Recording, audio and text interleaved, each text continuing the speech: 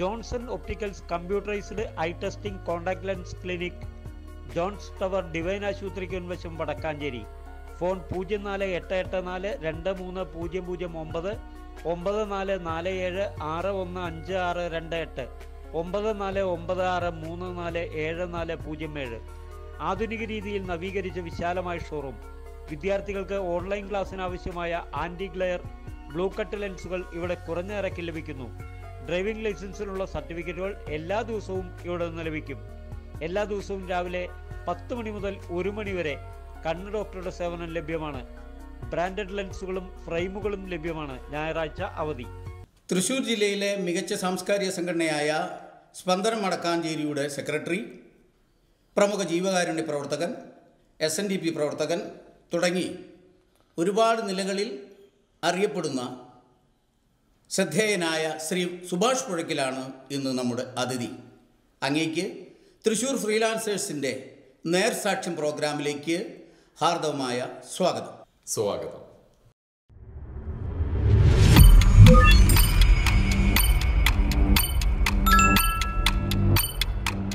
വളരെ ചെറുപ്പത്തിൽ തന്നെ താങ്കൾ പൊതുപ്രവർത്തനങ്ങളിൽ അതീവ തൽപരനായിരുന്നു എന്ന് കേട്ടിട്ടുണ്ട്. അതിൻ്റെ ഭാഗമായി കാസർഗോഡ് നിന്ന് തിരുവനന്തപുരത്തേക്ക് ഒരു സൈക്കിൾ യാത്ര നടത്തുന്നുണ്ട്. അതിൻ്റെ അനുഭവങ്ങൾ എന്തൊക്കെയാണ്? ഞാൻ നേരത്തെ നിങ്ങളൊരു ചോദ്യം അടങ്ങിയിട്ടുണ്ട്. അതിൻ്റെ കൂടെ ആൻസർ എനിക്ക് പറയണം. കാരണം നേരത്തെ കാരുണ്യ പ്രവർത്തനങ്ങൾ ആരംഭിച്ചിട്ടുണ്ട് പറഞ്ഞു കഴിഞ്ഞാൽ എനിക്ക് ഒന്ന് തമിഴ്നാട് വരെ പോകേണ്ടി വരും. ചെന്നൈയിൽ അശോകനഗർ എന്ന് പറഞ്ഞ സ്ഥലത്ത് എൻ്റെ 18ാമത്തെ വയസ്സിലാണ് എനിക്ക് ആദ്യമായി ഒരു ഭാരവാഹിസ്ഥാനം കിട്ടുന്നത്. അതായത് ഗാന്ധി കാമരാജ് ദേശീയ കോൺഗ്രസിൻ്റെ അവിടുത്തെ സെക്രട്ടറി അശോകനഗർ എന്ന് പറഞ്ഞ സ്ഥലത്താണ്. അപ്പോൾ എൻ്റെ ഡ്യൂട്ടി എന്ന് പറഞ്ഞു കഴിഞ്ഞാൽ എനിക്ക് തമിഴ് നന്നായിട്ട് എഴുതാനും വായിക്കാനൊക്കെ അറിയാം. അതുകൊണ്ട് അവിടുത്തുള്ള പാവപ്പെട്ട കുട്ടികൾക്ക് തമിഴ് ഞാൻ പറഞ്ഞു കൊടുക്കണം. അതാണ് എൻ്റെ ജോലി. അതൊരു സേവനമായിരുന്നു. ഏകദേശം 1 വർഷത്തോളം മാത്രമാണ് ഞാനതിൽ ഉണ്ടായിരുന്നത്. അതിനുശേഷം വന്നത് Thrissur Kerala government certificate engineering, അതിൻ്റെ ജില്ലാ പ്രസിഡൻ്റായിരുന്നു. ആ ജില്ലാ പ്രസിഡൻ്റായിട്ട് അത് ആകെ 1 വർഷം ഉണ്ടായിരുന്നുള്ളൂ. 2 വർഷത്തെ കോഴ്സാണ്. ആദ്യത്തെ സെക്കൻഡ് ഇയറിലാണ് അതിൽ ഭാരവാഹി ചെയ്യുന്നത്. ഭാരവാഹി എന്നുള്ള എനിക്ക് കുറച്ച് ഓർഗനൈസേഷൻ കാര്യങ്ങളൊക്കെ ഞാൻ ചെയ്തു. നടത്തറ ഒരു ഫോണാറ്റിക്കൽ ഇൻസ്റ്റിറ്റ്യൂട്ട്, കുന്നംകുളം ഒരു ഉച്ചപ്പടി ഇൻസ്റ്റിറ്റ്യൂട്ട്, ഇങ്ങനെയുള്ള കുറേ ഇൻസ്റ്റിറ്റ്യൂട്ടുകളിനെ ഇംഗ്ലീഷ് ജില്ലാ ഫോണാറ്റിക്കൽ ഇൻസ്റ്റിറ്റ്യൂട്ട്. ഇപ്പോൾ അതിൻ്റെ പേര് വേറെയാണ്. അതിനുശേഷം ഞാൻ വരുന്നത് യങ്സ്റ്റേഴ്സ് ക്ലബിൻ്റെ സെക്രട്ടറിയേറ്റാണ്. 1979 ഞാൻ അതിൻ്റെ ചാർജ് എടുക്കുന്നത്. ചാർജ് എടുക്കല് പുതിയതായിട്ട് രൂപം കൊണ്ടാണ്. യങ്സ്റ്റേഴ്സ് ക്ലബിൻ്റെ സെക്രട്ടറി ആയപ്പോൾ തന്നെ എൻ്റെ മനസ്സിൽ ഉദിച്ചു വന്നിട്ടുള്ള കാര്യങ്ങൾ, ഇത് ആർട്സ് ആൻഡ് സ്പോർട്സ് ക്ലബ്ബാണ്. അപ്പോൾ ആ അർത്ഥവത്തായിട്ടുള്ള രീതിയിൽ തന്നെ ആർട്സും വേണം, സ്പോർട്സും വേണം. അതിന് വേണ്ടിയിട്ട് മാരാത്ത് കൊണ്ടൊരു ക്ലബ്ബ് രൂപീകരിച്ച് അതിൻ്റെ ഫുട്ബോൾ ട്രെയിനിങ്, കോച്ചിങ്, അതേ സൈമൾട്ടേനിയസ് വേയിൽ ഈ ആർട്സ് പരമായിട്ട് ഒപ്പന, നാടൻ പാട്ട്, നാടൻ ഡാൻസുകൾ, നാടകങ്ങൾ, ഇങ്ങനത്തെ ഒരുപാട് സംഗതികൾ ക്ലബിൻ്റേതായിട്ട് കൊണ്ടുവന്നു. പുതിയ ന്യൂനമായിട്ടുള്ള അതായത് പുതിയ അവതരണങ്ങളായിരുന്നു ഞാൻ ക്ലബിൽ കൊണ്ടുവന്നത്. നൂതനാശയങ്ങൾ. അതിൽ നമ്മുടെ തൃശ്ശൂർ നെഹ്റു യുവകേന്ദ്രം, നെഹ്റു യുവകേന്ദ്രത്തിൽ അഫിലിയേറ്റ് ചെയ്തിരുന്നു. അത് എൻ്റെ പീരീഡിൽ തന്നെ ഞാൻ പോയിട്ട് അഫിലിയേറ്റ് ചെയ്തതാണ്. അതുകൊണ്ട് കേരളത്തിലെ നെഹ്റു യുവകേന്ദ്രങ്ങളായിട്ട് ഒരു ചെറിയൊരു ബന്ധം എനിക്ക് സംസ്ഥാനമൊട്ടാകെ. അപ്പം അങ്ങനെ ആ സമയത്ത് ഈ ക്ലബിൻ്റെ പ്രതിനിധിയായിട്ട് ഈ വക കാര്യങ്ങളൊക്കെ ഞാൻ പങ്കെടുക്കാറ്. ഇതിനോടനുബന്ധിച്ച് ഞാൻ വാർധ എന്ന് പറഞ്ഞ സ്ഥലം അറിയാം, മഹാത്മാഗാന്ധി, ഗുജറാത്തിൽ. ഗുജറാത്തിന്റെ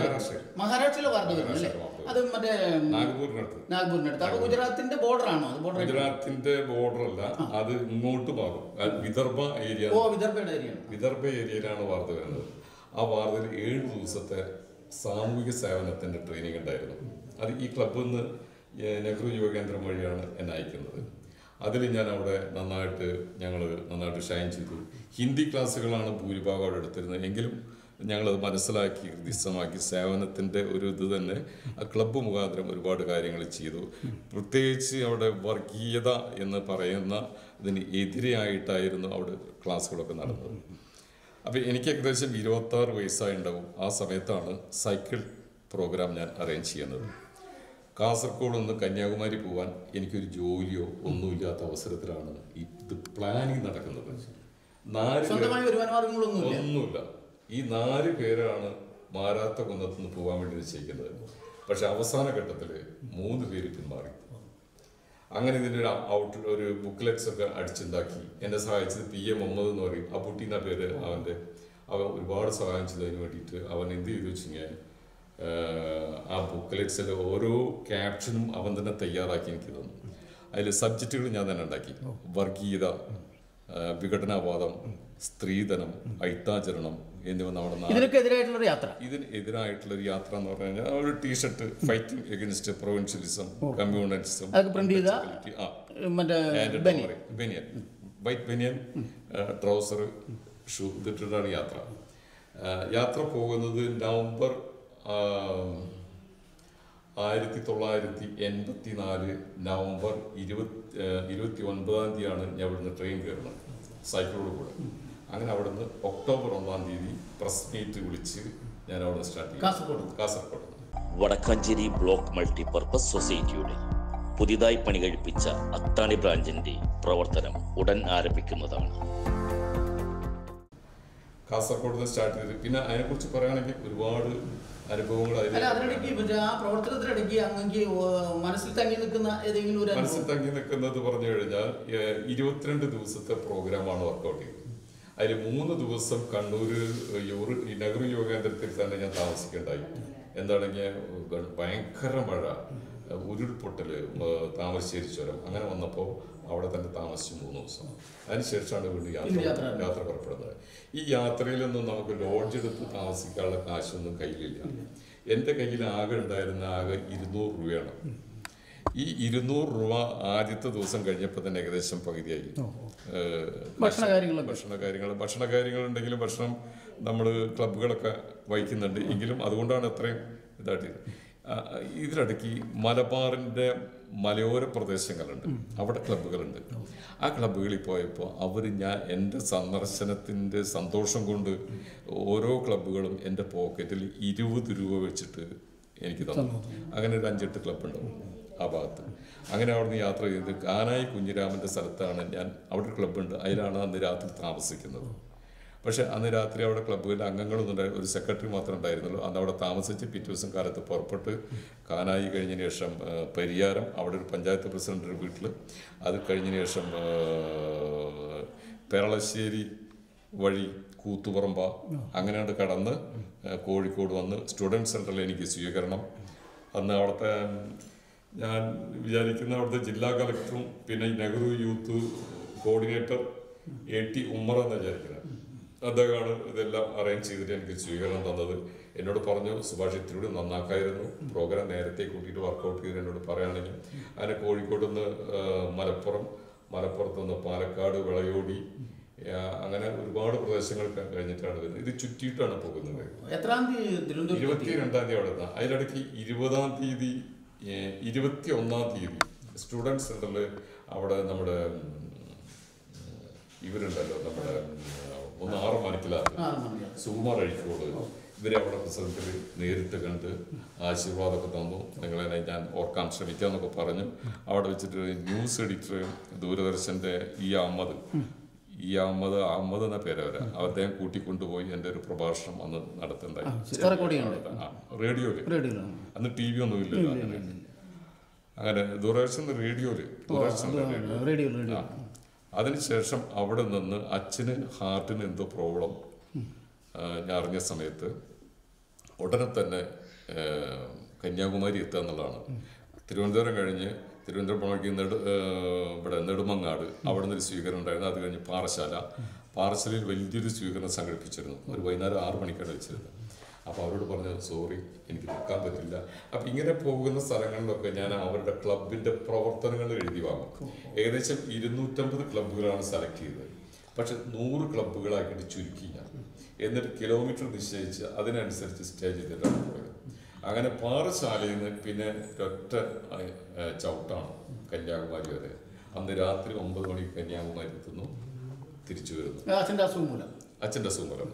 ഇതിപ്പോൾ ഞാൻ തങ്ങിയിട്ടുള്ള KPC നാടക സംഘടന അവിടെ ഞാൻ കായംകുളത്ത് തങ്ങിയിട്ടുണ്ട്. അതുപോലെ കൊല്ലത്ത് ചിന്നക്കട പോലീസ് സ്റ്റേഷൻ അവിടെ തങ്ങിയിട്ടുണ്ട്. വേറെ ഒന്നും ജനങ്ങളൊക്കെ നല്ല സഹകരണമാണോ നൽകിയത്? ജനങ്ങളെല്ലാം ഭയങ്കര സഹകരണം. ഞാൻ എറണാകുളത്ത് എത്തിയപ്പോൾ തന്നെ മാതൃഭൂമിയുടെ ഫസ്റ്റ് സൈഡ് ഹെഡിങ്ങിൽ തന്നെ സാമൂഹ്യ തിന്മകൾക്കെതിരെ യുവാവിൻ്റെ സൈക്കിൾ പര്യടനം, ഇതാണ് ഫസ്റ്റ് ഹെഡിങ്ങിൽ തന്നെ കൊടുത്തിട്ടുണ്ടായിരുന്നു. നല്ല വാർത്താ പ്രാധാന്യമാണ്. ഞാൻ അവിടുന്ന് വരുമ്പോൾ തന്നെ എനിക്കറിയില്ല, വഴിയിൽ കുട്ടികളും അതുപോലെ തന്നെ വലിയവരൊക്കെ എന്നെ കണ്ടിട്ട് ഇങ്ങനെ കൈകൊണ്ട് കാണിക്കുമ്പോഴും അവർ പറയുമ്പോഴാണ് ഞാൻ അറിയുന്നത്. അങ്ങനെയാണ് 22-ാം തീയതി ഒരു റെക്കോർഡ് ചെയ്ത് 21-ാം തീയതി റെക്കോർഡ് ചെയ്തിട്ട് 25-ാം തീയതി വാർത്താ തരംഗങ്ങളിലാണ് എൻ്റെ ഇത് വരുന്നത്. എൻ്റെ വീട്ടിലന്ന് റേഡിയോ ഒന്നുമില്ല. അപ്പോൾ വേറൊരാളുടെ വീട്ടിൽ പോയിട്ട് റേഡിയോ കേട്ടിട്ട് ഞാൻ അത് കേട്ടത്. അപ്പോൾ ആ യാത്ര വളരെ ഉപകാരപ്രദവും ആവേശജനകവുമായിരുന്നു. ആ വാസ്തവം പറയുകയാണെങ്കിൽ എനിക്ക് ആ യാത്ര 3 പേര് ഒഴിഞ്ഞപ്പോൾ മനസ്സിനുള്ളിൽ പേടി കിടന്നു. ഇത് വേണോ വേണ്ടെന്ന് മാറ്റി വെച്ചാൽ ഒറ്റയ്ക്കുള്ള യാത്ര പലരും എന്നെ പിന്തിരിപ്പിക്കാൻ നോക്കി. പക്ഷെ ഞാൻ പിന്നെന്താണ് എടുത്ത നിലപാടെന്ന് മാറാറില്ല. ആ നിലപാടിൽ ഉറച്ചു നിന്നിട്ട് തന്നെ അല്ല അത്തരം ഉറച്ച നിലപാടുകൾ കൈക്കൊള്ളുകയും ആത്മധൈര്യമുള്ളത് കൊണ്ട് സുഭാഷ് ഉദ്ദേശിക്കുന്ന രീതിയിൽ തന്നെ ലൈഫ് അച്ചീവ് ചെയ്യാൻ കഴിഞ്ഞല്ലോ. അത് ഉറച്ച നിലപാട്, ചിലപ്പോൾ തെറ്റായ നിലപാടുകളുണ്ടാവും. അതിന്റെ ഭവിഷ്യത്തിൽ ഞാൻ തന്നെ അനുഭവിക്കുന്നത്. ഈ ഉറച്ച നിലപാടുകൾ എല്ലാം നിലപാടുണ്ട് എന്നുള്ളതാണ്. നിലപാടുണ്ട് എന്നുള്ളതാണ് ഒരാളുടെ വ്യക്തിത്വത്തെ അത് പ്രകാശമാനമാക്കുകയാണ് ചെയ്യുന്നത്. ഇനി നമുക്ക് അടുത്ത ചോദ്യത്തിലേക്ക് കിടക്കാം. ഈ വടക്കാഞ്ചേരി ലയൺസ് ക്ലബിന്റെ പ്രസിഡന്റായിട്ട് അങ്ങ് ദീർഘകാലം പ്രവർത്തിച്ചു. ആ കാലഘട്ടത്തിൽ ചെയ്ത ജീവകാരുണ്യ പ്രവർത്തനങ്ങളും മറ്റു സേവനങ്ങളും എന്തൊക്കെയാണ്? ഞാൻ ലയൺസ് ക്ലബിന്റെ പ്രസിഡന്റ് ആകുന്നത് ഒരു പ്രത്യേക സാഹചര്യത്തിലാണ്. കാരണം ഞാൻ അവിടെ യോഗ കോർഡിനേറ്ററായിട്ടാണ് എനിക്ക് ആദ്യത്തെ ഭാരവാഹിസ്ഥാനം വരുന്നത് ലയൺസ് ക്ലബിൽ. പിന്നെ എനിക്ക് 15 വർഷത്തിൽ 13 വർഷവും ഞാൻ ഭാരവാഹിയായിരുന്നു. ട്രഷറായിട്ട് 2 വർഷം, സെക്രട്ടറിയായിട്ട് 2 വർഷം, പിന്നെ ടെയിൽ ട്വിസ്റ്റർ, ജോയിൻറ്റ് സെക്രട്ടറി, 2 പ്രാവശ്യം വൈസ് പ്രസിഡന്റ്. അത് കഴിഞ്ഞതിന് ശേഷം ഡിസ്ട്രിക്ട് ക്യാബിനറ്റ് സെക്രട്ടറി, പിന്നെ ZC, RC, എല്ലാ സ്ഥാനങ്ങളും വഹിച്ചു. ഈ യോഗ പ്രവർത്തനങ്ങൾ ഇപ്പോഴും അങ്ങ് തുടരുന്നുണ്ട്? യോഗ പ്രവർത്തനം ഇപ്പോഴും തുടരുന്നുണ്ട്. ഈ യോഗ ഒരു വ്യക്തിക്ക് എന്തൊക്കെ ഗുണങ്ങളാണ് നൽകുന്നത്? ശാരീരികവും മാനസികവുമായി എന്തൊക്കെ ഗുണങ്ങളാണ്? ശാരീരിക മാനസികമായിട്ട് നമ്മൾ പ്രോപ്പറായിട്ട് സമയവും ഇതെല്ലാം നിശ്ചയിച്ചു കഴിഞ്ഞാൽ യോഗയിൽ നമ്മുടെ ശരീരത്തിൽ മറ്റു പല അസുഖങ്ങളിനെ നമുക്ക് പ്രതിരോധിക്കാൻ കഴിയും. രണ്ടാമത് നമ്മൾ ആ ദിനം കംപ്ലീറ്റ് നമ്മൾ വളരെയധികം ഫ്രഷ് ആയിരിക്കും. Shaheer agencies, Vazhani road, Ottupara, Wadakkanchery. മികച്ച ഓഫറുകളോടെ ഗൃഹോപകരണങ്ങൾ പലിശയില്ലാതെ തവണ വ്യവസ്ഥയിൽ സ്വന്തമാക്കൂ. ഉന്നത ശ്രേണിയിലുള്ള പ്രമുഖ കമ്പനികളുടെ എല്ലാവിധ ഗൃഹോപകരണങ്ങളും TV, fridge, washing machine, AC, cooler, mixie എന്നിവ അതിശയിപ്പിക്കുന്ന വിലക്കുറവിൽ. Shaheer agencies, Vazhani road, Ottupara, Wadakkanchery. അങ്ങനെ ഒരു ഇതാണ് അതിൽ പറയാനുള്ളത്. പിന്നെ ഞാൻ ലയൺസ് ക്ലബിന്റെ പ്രസിഡന്റ് എന്നുള്ളത് ഞാൻ പറഞ്ഞില്ല, സമയമൊന്നും പറഞ്ഞു. 2015 മുതൽ 16 വരെയാണ് ഞാൻ പ്രസിഡന്റ് ആയത്. ഈ 1 വർഷ കാലഘട്ടത്തിൽ ഞാൻ ഏകദേശം 464 പ്ലസ് 80 പ്രൊജക്റ്റ്, 80 പ്ലസ് ഇട്ട് പറയാനുള്ള കാരണം 80 പ്രൊജക്റ്റ് അവിടെ ഡിസ്ട്രിക്റ്റിലേക്കോ ഇന്റർനാഷണലിലേക്കോ അയക്കാൻ കഴിഞ്ഞില്ല. പക്ഷെ നമ്മുടെ സമൂഹത്തിനൂടെ ചെയ്തു കഴിഞ്ഞു. അപ്പോൾ ഈ പ്രൊജക്റ്റുകൾ ചെയ്യണമെങ്കിൽ എൻ്റെ ഒരു വലിയൊരു ഊർജം അതിനു വേണ്ടി കൊടുക്കേണ്ടി വന്നു. പക്ഷെ ഇതിൽ ഒരു നല്ലൊരു ടീം വർക്ക് എൻ്റെ കൂടെ ഉണ്ടായിരുന്നു. കാരണം നമ്മൾ വേണ്ടപ്പെട്ട സീനിയേഴ്സായിട്ടുള്ള ശ്രീനിവാസൻ ഡോക്ടർ, അതുപോലെ തന്നെ നമ്മളുടെ അന്നത്തെ ഒരുപാട് അംഗങ്ങൾ എൻ്റെ കൂടെ നിന്നിരുന്നു. അവരെല്ലാവരും പ്രവർത്തന ഫലമായിട്ടാണ്, പ്രത്യേകിച്ച് നമ്മുടെ സെക്രട്ടറി എഞ്ചിനീയർ U കരുണാകരനായിരുന്നു. അദ്ദേഹം നന്നായിട്ട് റിപ്പോർട്ട് ചെയ്യാനും ഇതിനൊക്കെ വേണ്ടിയിട്ടാണ്. അപ്പോൾ അങ്ങയുടെ കൂടെ അവരെല്ലാവരും കാര്യമായ രീതിയിൽ തന്നെ സഹകരിച്ചു. അപ്പോൾ സക്സസ് ആയിരുന്നു ആ ഒരു വർഷം. 25 പ്രസ് മീറ്റ് നടക്കുകയാണ്. 25 പ്രസ് മീറ്റ് പറഞ്ഞാൽ 25,000 രൂപയുടെ പ്രസ് മീറ്റ്. ഞാൻ ആ കണക്ക് കൊടുത്തതിൻ്റെ ഓർമ്മ വെച്ചിട്ട് പറയാം. ഇക്കാലത്തിനിടയ്ക്ക് താങ്കൾ ഒരുപാട് തൊഴിലുകൾ ചെയ്തു. ആ തൊഴിലുകൾക്കിടയ്ക്ക് ഒരുപാട് മധുരമേറിയതും അതുപോലെ തന്നെ കൈപ്പേറിയതുമായ അനുഭവങ്ങൾ ഉണ്ടായിട്ടുണ്ടാവും. അപ്പോൾ ആ തൊഴിലിനിടയ്ക്ക് ഉണ്ടായ ഈ അനുഭവങ്ങളെ, കൈപ്പേറിയ അനുഭവങ്ങളൊക്കെ എങ്ങനെ മറികടന്നാണ് മുന്നോട്ട് പോകുന്നത്? എൻ്റെ തൊഴിൽ എന്ന് പറഞ്ഞു കഴിഞ്ഞാൽ കുറച്ച് കൂടുതൽ പറയാനുണ്ടാവും. കാരണം അത് വലിയൊരു എൻ്റെ ചെറുപ്പം മുതലുള്ള തൊഴിൽ തന്നെ ഞാൻ പറയേണ്ടി വരും. കാരണം എൻ്റെ 7 വയസ്സ് മുതലാണ് എൻ്റെ അച്ഛൻ്റെ എന്ന് പറഞ്ഞു കഴിഞ്ഞാൽ എൻ്റെ അച്ഛൻ കല്യാണം കഴിച്ച വീട്ടിലാണ്, എൻ്റെ അമ്മയുടെ വീട്ടിൽ തറവാട്ടിലാണ് താമസം ഉണ്ടായിരുന്നത്. ഞങ്ങൾക്ക് വീടും സ്ഥലമൊന്നും വന്നിട്ടുണ്ടായിരുന്നില്ല. അപ്പോൾ ആ സമയത്ത് തന്നെ ഏകദേശം ഒരു 7 വയസ്സ് മുതൽ 20 വയസ്സ് വരെ കൈപ്പേറിയ അനുഭവം. ഞാൻ അതൊന്നും തിരിഞ്ഞു നോക്കാൻ മടി കാണിക്കുന്ന കുറച്ച് കാര്യങ്ങളാണ് അതൊക്കെ. 7 വയസ്സ് ഞാൻ പഠിക്കാൻ പോണ കാലം ശരിക്കും പറയുകയാണെങ്കിൽ ഒരു 3 നേരം ഭക്ഷണം കഴിക്കാൻ. അല്ല, മൊത്തത്തിൽ നമ്മുടെ സമൂഹം ആ കാലഘട്ടത്തിൽ പട്ടിണിയിലാണ്. മഹാഭൂരിപക്ഷം സാധാരണക്കാരും പട്ടിണിയിലായിരുന്നു. താങ്കൾ മാത്രമല്ല. അല്ല, അങ്ങനെ ആയിരുന്നു. അങ്ങനെ ഒരുപാട് 100-ൽ 1% പേര് മാത്രം അങ്ങനെ. പക്ഷെ ഈ കാലഘട്ടങ്ങളിൽ ഞാൻ എന്ത് തൊഴിൽ ചെയ്തു എന്ന് ചോദിച്ചു കഴിഞ്ഞാൽ കാപ്പി വനം കേട്ടിട്ടുണ്ടോ? കേട്ടിട്ടുണ്ട്. ആ വനത്തിന് വിറകിന് പോകട്ടായിരുന്നു. ഈ വിറകിന് പോകാൻ ട്രെയിനിങ് തന്ന എൻ്റെ അമ്മയെ. എൻ്റെ അമ്മ തേക്കുംകാട് ട്രെയിനിങ് തന്നു വിറക് വീട്ടിലേക്ക് ആവശ്യത്തിന് വേണ്ടി കൊണ്ടുവന്ന് ഗ്യാസൊന്നും ഇല്ലാത്ത സാധാരണക്കാരൊക്കെ അങ്ങനെ തന്നെയായിരുന്നു. കാപ്പി വനം എന്ന് പറഞ്ഞാൽ ഇവിടുത്തെ ഒരു 10 കിലോമീറ്റർ ദൂരെ. ഈ 10 കിലോമീറ്റർ ദൂരം ഞാൻ എൻ്റെ 12-13 വയസ്സിലാണ് നടന്നു പോകുന്നത്. അവിടെ ചെന്നപ്പോൾ അമ്മ തന്നെയാണ് വിറകെല്ലാം ഉണ്ടാക്കി എനിക്ക് വെച്ച് തരുന്നത്, ഞാൻ കൊണ്ടുവരുന്നതൊക്കെ. പക്ഷേ ഏകദേശം ഒരു 6 മാസം കഴിഞ്ഞപ്പോൾ അമ്മോട് ഞാൻ പറഞ്ഞു, ഇനി ഞാൻ വിറകുണ്ടാക്കിക്കോളാം. ഞാനങ്ങനെ വളരെ ഫാസ്റ്റായിട്ട് കാട്ടി ചെന്ന് കഴിഞ്ഞാൽ നല്ല ഉണങ്ങിയ മരം നോക്കും, മരത്തിൻ്റെ മുകളിലിട്ട് ഒരൊറ്റ കൊമ്പ് മതി എനിക്ക് വിറകായി. ഞാൻ ഏറ്റവും പെട്ടെന്ന് എത്തും. എനിക്ക് ആദ്യം പ്രശ്നങ്ങളൊക്കെ ഉണ്ടായിട്ട് പെരടി വേന, പിന്നൊക്കെ എനിക്ക് ഭയങ്കര ഫ്രീ ആയി. എല്ലാവരേക്കും മുൻപ് വിറകായിട്ട് എത്തുന്ന ആൾ ഞാനാണ് ഇവരുടെ കൂടെ പോയി കഴിഞ്ഞാൽ. ഈ സമയത്ത് എൻ്റെ ഈ കാലഘട്ടത്തിൽ വളരെയധികം കഷ്ടപ്പാട് നിറഞ്ഞ കാലഘട്ടമാണ്. ഇപ്പോൾ വിറകിന് പോവുക എന്ന് പറഞ്ഞാൽ അത്തരത്തിലൊരു കാലഘട്ടം. ഈ ഭാഗത്തുള്ള പലരും വിറക് വിറ്റാണ് ഉപജീവനം കഴിച്ചിരുന്നു കേട്ടിട്ടുണ്ട്. അതെ. ലാസ്റ്റ് എൻ്റെ ഒരു 18 വയസ്സിന് മുൻപായിട്ട് കാട്ടിലേക്ക് പോകുന്നത്. കാട്ടിൽ പോകുന്ന സമയത്ത് ഈ വെട്ടുകത്തി അരയിൽ വെച്ചിട്ടുണ്ടായിരുന്നു. ഈ മരത്തിൻ്റെ മുകളിൽ നിന്ന് വലിയൊരു അണലി ഇറങ്ങി വരികയാണ്. മരത്തിൽ നിന്ന് ഞാൻ അത് ഇങ്ങനെ തിരിഞ്ഞ് ഇങ്ങനെ നിന്നു എന്നെ നോക്കിയിട്ട്. തൊട്ടടുത്ത് ഈ ദൂരേ ഉള്ളൂ. ഈ സമയത്ത് ഞാൻ എന്ത് ചെയ്യണമെന്ന് ആലോചിച്ചു. വെട്ടോട്ടിയെടുത്ത് പൂശിക്കഴിഞ്ഞാൽ ചിലപ്പോൾ ഞാൻ കൈവിട്ട് താഴ്ത്തു. ഞാൻ മെല്ലെ 2 സ്റ്റെപ്പ് ഇറങ്ങി മരത്തിന് മുകളിൽ ചാടി. അന്നത്തോടു കൂടെ ഞാൻ വിറകിന്റെ പണി അവസാനിപ്പിച്ചു. എനിക്ക് പാമ്പിനെ ഭയങ്കര പേടി. ഞാൻ അന്ന് ആ കാട്ടിൽ വെച്ച് മരിച്ചിട്ടുണ്ടാവും. കാരണം ഒന്ന് പേടി, രണ്ടാമത് 10 കിലോമീറ്റർ പിന്നിട്ട് ഇങ്ങോട്ട് എത്തണം. അതെന്തായാലും നടന്നിട്ട് തന്നെ വരണം. 10 കിലോമീറ്റർ പറഞ്ഞാൽ 3 മല കയറിയിട്ടാണ്. ഈ 4ാമത്തെ മലയിലാണ് കാപ്പിമല. ഇവിടുന്ന് പോവാണ്. അങ്ങനെയാണ്. ആ കാപ്പിമലയിൽ എല്ലാ റൂട്ടുകളും എനിക്കന്ന് ബൈഹാർട്ടാണ്. കാരണം എന്താണ് ചെയ്യുക, അങ്ങനെ ഒരു സംഭവം ഉണ്ടായിട്ടുണ്ട്. അപ്പോൾ അതിനിടയ്ക്ക് ഈ ഒരു നാടകത്തിന്റെ പരിപാടി വന്നപ്പോൾ നമ്മുടെ റസാഖല്ലേ CPIയുടെ സെക്രട്ടറി സുഭാഷ്, എനിക്ക് കാടൊന്ന് കാണണം എന്ന് പറഞ്ഞു. എം എസ് അബ്ദുൾ റസാഖ്, നമ്മുടെ സലാമല്ലേ കുട്ടിവേദിന് കാണാൻ. അവൻ പറഞ്ഞു ഞാനും വരാം. അപ്പൊ നമുക്ക് സ്റ്റേജിനുള്ള കാര്യങ്ങളൊക്കെ ആയിട്ട് അവിടെ നിന്ന് വരാന്ന് പറഞ്ഞ എന്റെ കൂടെ വന്നു. അപ്പൊ കുറച്ച് വിറകൊക്കെ അപ്പൊ ഇവർക്കൊന്നും ഇടംതിരിവള്ളി ഉണ്ടാക്കാറില്ല. അപ്പൊ ഞാൻ കാട്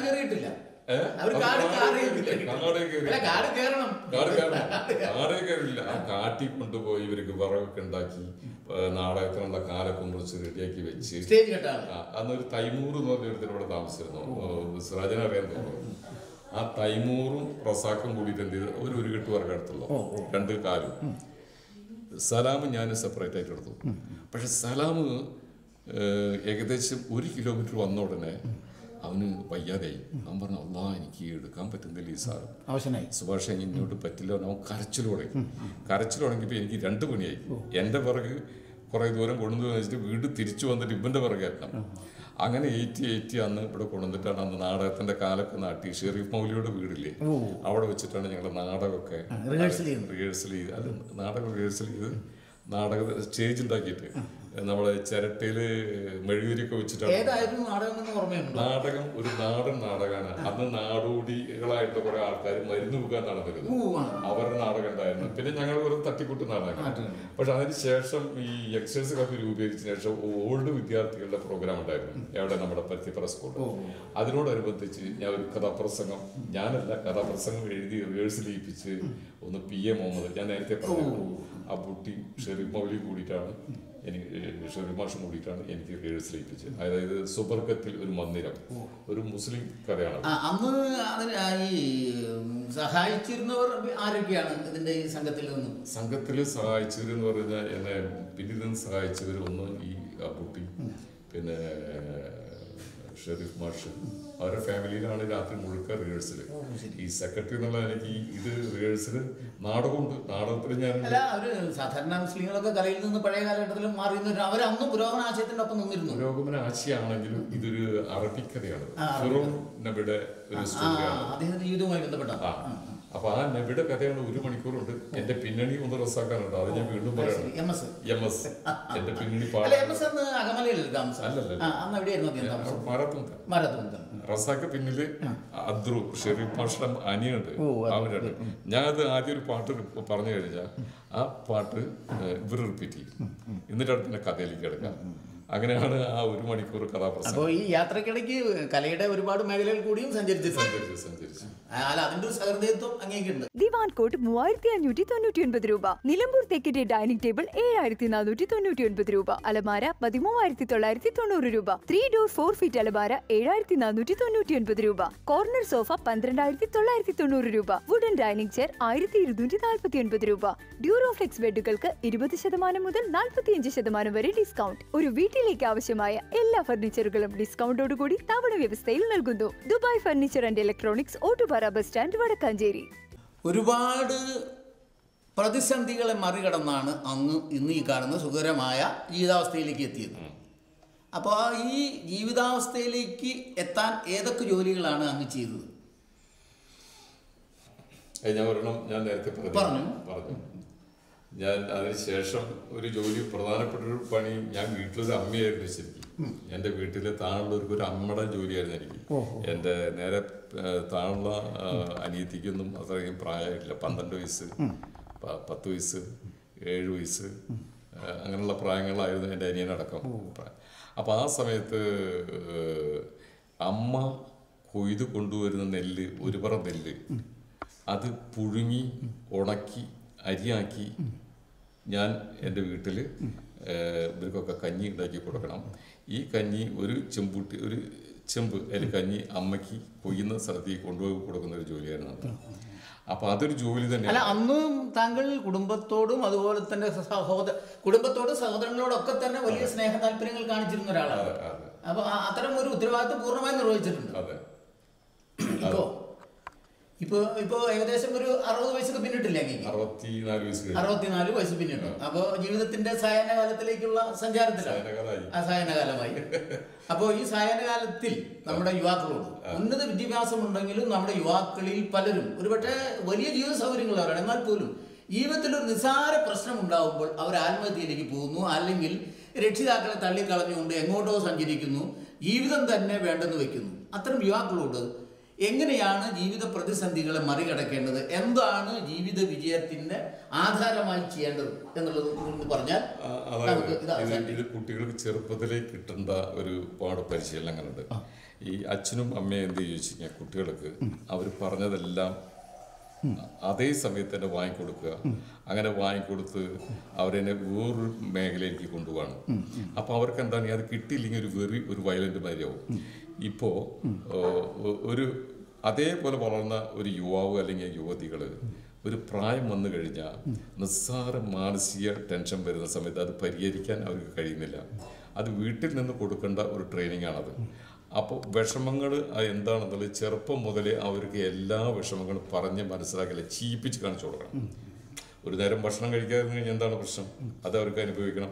അവർ പറഞ്ഞ വാശി നിറവേറ്റാതിരുന്നു കഴിഞ്ഞാൽ എന്താണ് പ്രശ്നം, അത് നമ്മൾ ഓരോന്നായിട്ട് കാണിച്ചു കൊടുക്കുകയാണെങ്കിൽ തീർച്ചയായിട്ടും അവർ നല്ല രീതിയിൽ ഒരു ആത്മഹത്യാ പ്രവണതയിലേക്ക് പോയില്ല. ഇനി വേറെ ഏതെങ്കിലും രീതിയിൽ പറയാൻ പറ്റില്ല. പക്ഷേ വളർന്നതിന് ശേഷം അവർ തിരഞ്ഞെടുക്കേണ്ട മേഖല, ചെയ്യുന്ന പ്രവൃത്തി വളരെ നല്ല സത്യസന്ധമായിട്ട് ജോലി ചെയ്യാം, ഏതൊരു ഹാർഡ് വർക്കും ഏറ്റെടുത്ത് ചെയ്യാനുള്ള തൻ്റെ ഇടം, അതായത് റിസ്ക് മേഖല അതെ, റിസ്ക് ഏറ്റെടുത്ത് ചെയ്തു കഴിഞ്ഞാൽ അവരുടെ ജീവിതത്തിൽ പിന്നെ ഓട്ടോമാറ്റിക്കായിട്ട് ഓരോ വാതിലുകൾ തുറക്കും. അവർ വിചാരിച്ചൊക്കെ വലിയൊരു പല യുവാക്കളും റിസ്കുകളിൽ നിന്ന് ഒഴിയാണ് ചെയ്യുന്നത്. ഈ ഒഴിയുന്നത് എന്താണ്, ഈ പേടിയാണ് ഇവരുടെ പേരിൽ. ഈ പേടിയാണ് നമുക്ക് പിന്നെ നമ്മളിവിടെ ജീവിത വിജയം നേടാൻ കഴിയാതെ പോകുന്നു. പേടി കൊണ്ടാണ്. അപ്പം ഈ പേടി എന്ന് പറഞ്ഞൊരു ടോക്സിനാണ്, ശരീരത്തിലുള്ള മനസ്സിലുള്ള ഒരു വിഷമാണ്. അത് മാറ്റിക്കഴിഞ്ഞാൽ ഒരുപാട് യുവാക്കളും യുവതികളും നല്ല രീതിയിൽ മുന്നോട്ട് വരും. ഇപ്പം നമ്മൾ ചില ഇതിൽ കാണാൻ പറ്റും, പെട്ടെന്ന് കാണാൻ ചില വിഷയങ്ങളിൽ ഷൈൻ ചെയ്ത് ഓരോ പെൺകുട്ടികളും ആൺകുട്ടികളും വരുന്നത്. അത് അവരുടെ ഇതേമാതിരിയുള്ള മറ്റുള്ള ട്രെയിനിങ്ങുകളും മറ്റും കൊണ്ടാണ് അങ്ങനെ വരുന്നത്. അപ്പോൾ ജീവിതത്തെ നേരിടാനായിട്ട് നമ്മൾ നമ്മുടെ മക്കളെയൊക്കെ പഠിപ്പിക്കേണ്ടിയിരിക്കുന്നു. ഒരു പ്രായമായതിനു ശേഷം പഠിപ്പിക്കില്ല, അല്ല ചെറുപ്പം മുതലേ നമ്മൾ പഠിപ്പിക്കണം. അതാണ് പറയാനുള്ളത്. ഇനി എൻ്റെ ഔദ്യോഗിക ജീവിതം ഒന്ന് പറഞ്ഞു. ഔദ്യോഗിക ജീവിതം എന്ന് പറഞ്ഞാൽ 1985 എൻ്റെ കല്യാണം കഴിഞ്ഞു. അതിനുശേഷം 86 മാർച്ചിലാണ് ഞാൻ ജ്യോതി ലാബ്സിൽ ജോയിൻ ചെയ്തത്. ജ്യോതി ലാബ്സിൽ ജോയിൻ ചെയ്ത് 23 വർഷമായിട്ടുണ്ടായിരുന്നു. 15 സംസ്ഥാനങ്ങൾ എനിക്ക് ബൈഹാർട്ടാണ്. അതിൽ ഒരുപാട് അനുഭവങ്ങളുണ്ട്. കൈപ്പേറിയ അനുഭവമുണ്ട്, മധുരിക്കുന്ന അനുഭവങ്ങളുണ്ട്. അതൊന്നും പറഞ്ഞാൽ നമുക്ക് ഈ 20 മിനിറ്റ് തീരില്ല. എന്തായി കഴിഞ്ഞാലും ആ ഔദ്യോഗിക ജീവിതത്തിൽ വന്ന ചില ടച്ചപ്പുകൾ ഇവിടെ ഉണ്ടെന്ന് മാത്രം ഫോട്ടോസായിട്ടുണ്ട്. എല്ലാവർക്കും ചായ കുടിക്കാട്ടോ. അല്ല, അപ്പൊ പെണ്ണിനെന്ത് കൊടുക്കും? സ്ത്രീധനമായിട്ടൊന്നുമില്ല കേട്ടോ. എങ്കിലും ഞങ്ങളുടെ മകളുടെ വിവാഹ സമ്മാനം അത് മല്ലയ്യ ജുവലേഴ്സിൽ നിന്ന് തന്നെ. മല്ലയ്യ ജ്വല്ലേഴ്സ്, വിവാഹ സ്വപ്നങ്ങൾക്ക് മാറ്റേകാൻ മല്ലയ്യ ജ്വല്ലേഴ്സ്. BAS ഹോൾമാർക്കോടുകൂടിയ സ്വർണ്ണാഭരണങ്ങൾക്ക് മല്ലയ്യ ജ്വല്ലേഴ്സ്, ഓട്ടുപാറ, വടക്കാഞ്ചേരി. ശ്രീ സുഭാഷ് പുഴയ്ക്കൽ ഒരുപാട് പാവപ്പെട്ട കലാകാരന്മാരെ സഹായിച്ചുള്ള ഒരാളാണ്. വലിയ SNDP പ്രവർത്തകനാണ്. തുടങ്ങി ഒരുപാട് വിശേഷണങ്ങൾ സുഭാഷിന് ഈ നാട് നൽകിയിട്ടുണ്ട്. അപ്പോൾ സുഭാഷിൻ്റെ ജീവിതയാത്രയുടെ വിജയം എന്ന് പറയുന്നത് ആത്മധൈര്യമാണ്, അതുപോലെ ഉറച്ച നിലപാടുകളാണ്. യുവാക്കളോട് ഇപ്പോൾ സുഭാഷ് നമ്മളോട് വളരെ വിശദമായ യുവാക്കൾക്ക് സന്ദേശം തന്നു കഴിഞ്ഞു. ജീവിതത്തെ ഭയപ്പെടാതിരിക്കുക, ഉറച്ച നിലപാടുകൾ ഉണ്ടായിരിക്കുക എന്നതാണ്. ആ ഉറച്ച നിലപാടുകളുമായി സുഭാഷ് സഞ്ചരിച്ചുകൊണ്ടാണ് ഇന്ന് ഈ കാണുന്ന നിലയിലെത്തിയത്.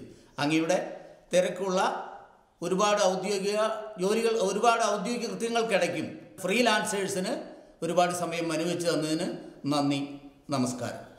എന്തായാലും നല്ലൊരു പുതിയൊരു യൂട്യൂബ് ചാനൽ ഫ്രീലാൻസേഴ്സ് ആരംഭിച്ചിരിക്കുകയാണ്. ഇവരുടെ മുന്നോട്ടുള്ള പ്രയാണം സന്തോഷവും അതുപോലെ തന്നെ ഇതൊരു ബിസിനസ്സാണെങ്കിലും ഇത് നമ്മളെപ്പോലുള്ള ജനങ്ങൾ ഇതിന് എല്ലാം സപ്പോർട്ടും ചെയ്താൽ മാത്രമേ നമ്മുടെ നാട്ടിലുള്ള ഇത്തരത്തിലുള്ള ഒരു സംരംഭം വളരുകയുള്ളൂ. അതുകൊണ്ട് നിങ്ങളെല്ലാവരും ഇതിൽ സപ്പോർട്ട് ചെയ്യണം. കാരണം ഇതിൻ്റെ പ്രവർത്തകരെല്ലാം എനിക്ക് ചെറുപ്പം മുതലേ അറിയാവുന്നവരാണ്, അവർ നല്ലവരാണ് എന്ന് മാത്രം പറഞ്ഞുകൊണ്ട് നിർത്തുന്നു. ഫ്രീലാൻസേഴ്സിന് നന്ദി രേഖപ്പെടുത്തുന്നു. Thank you.